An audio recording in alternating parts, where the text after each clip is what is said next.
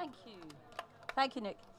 I actually have had the very great honour of having had a rant on the Rude Health stage before. And I'm very pleased to see that Nick doesn't have his, what was it called? Poking stick. If you go over your 7 minutes. So I've prepared very carefully so that it's 7 minutes exactly. As Nick says, I'm a nutritionist, and what tends to happen when you tell people you're a nutritionist, suddenly there's a kind of air of guilt, and you see people sort of shoving the Red Bull back in the handbag, etc. And I'm always very happy to say that I'm not that kind of nutritionist. And whilst I do have a Scottish accent, and I am indeed very Scottish, neither do I like to package up your poo and send it off for analysis, you'll be pleased to know. But what I want to rant about today is the food police.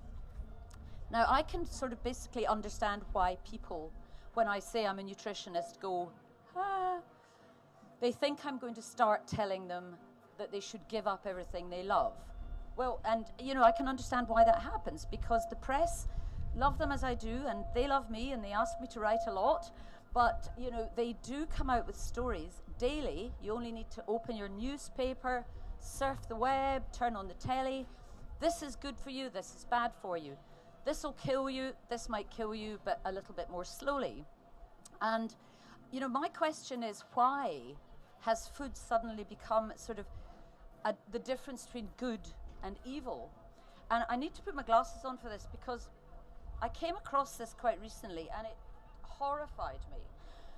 One of the so-called experts in my field says, evil is the only appropriate word to describe foods that promise pleasure but deliver misery in the form of heart disease and type 2 diabetes.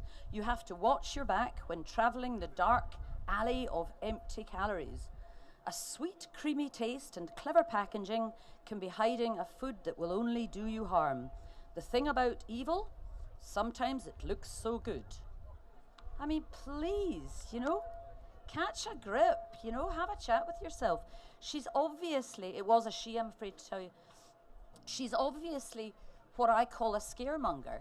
And, what's happening increasingly is that the food police are trying to scare us into not eating certain foods or eating more of certain foods. And you know what we're like? I mean, the minute we're told no, we go, yeah, I'll have more of that.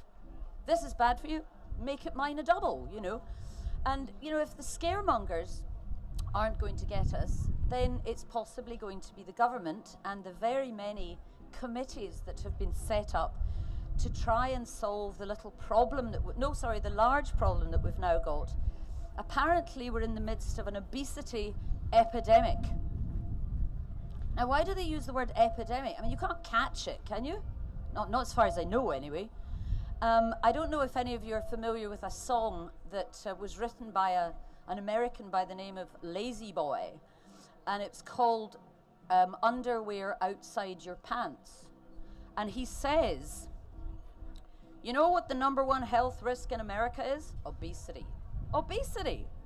They say we're in the middle of an obesity epidemic. An epidemic like it's polio.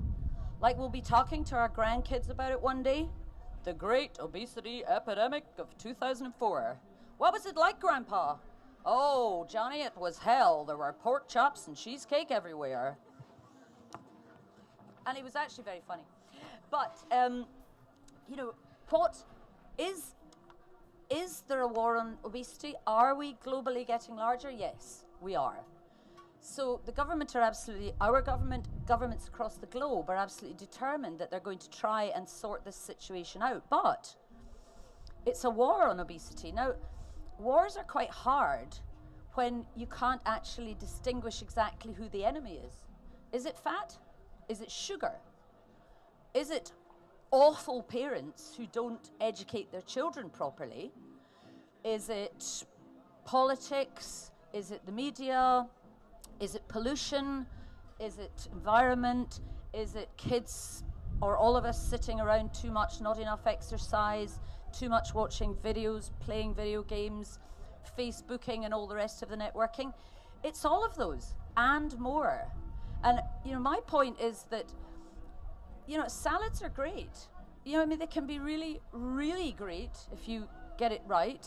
But then, so is chocolate chip ice cream, so are Krispy Kreme donuts, so are even those kind of concoctions that Ronald McDonald and his chums put together lovingly, or those kebabs that you feel desperately need on the way home at 3 o'clock in the morning after a bit of a heavy night. But, you know, are they bad foods? Well, yeah, there's a bit too much fat, there's a bit too much sugar, but, you know, I have a kind of 80-20 approach to life. If you get it right 80% of the time, you know, and buy from your local, and it's fantastic. Let me tell you, this lipstick was fabulous about 20 minutes ago, but I've just hoovered my way through a mutton burger, which was absolutely delicious, and forgot to bring the lipstick to top it up. But, you know, people say to me, oh, you must have a ridiculously healthy life. No, I like a drink, I like a burger, you know, but you stay so slim. Yeah, well, you know, I pick my foods reasonably carefully, but 20% of the time I have exactly what I like. I mean, I do, you're probably aware that I come from the land of the deep-fried Mars bar. And, you know, which absolutely horrifies me when we have, the Scottish larder is so amazing. We have fish, we have amazing beef, we have incredible venison and game, we have cheeses, I'll not go on. But, you know, the fact that I do a lot of talks in England and Wales and various other places, and people say to me, oh, do you eat deep fried Mars bars? Like, no, I've never had one, but I believe they're absolutely delicious. So I will keep you posted on my blog the minute I have one. But the question is, I mean, how are we going to solve this problem?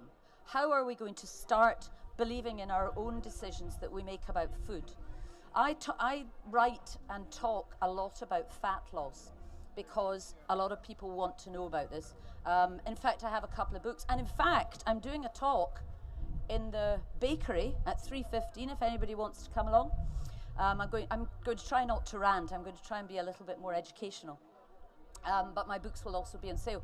But what I say in both of my books is you've got to learn what foods are going to suit you. And if the kebab on the way home at 3 in the morning is absolutely necessary, have it. You know, it's not as if you're having them every single day. The problem, the main reason that a lot of people are seriously overweight or classified as obese is because they're kind of, it is the fat, it is the sugar, it is the junk foods, it is the combination, but it's also that they're kind of having slightly too much of it.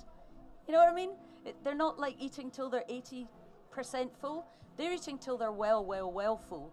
And, you know, everybody can make changes. So, you know, my advice to you is when you open the paper and see, you know, coffee can kill you, you know, ask yourself who wrote that?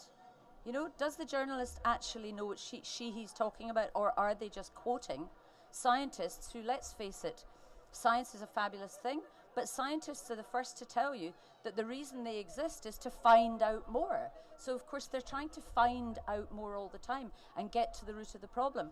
So, my advice to you is enjoy, eat, live, and love your food, and particularly today. And thank you very much for listening. Well done.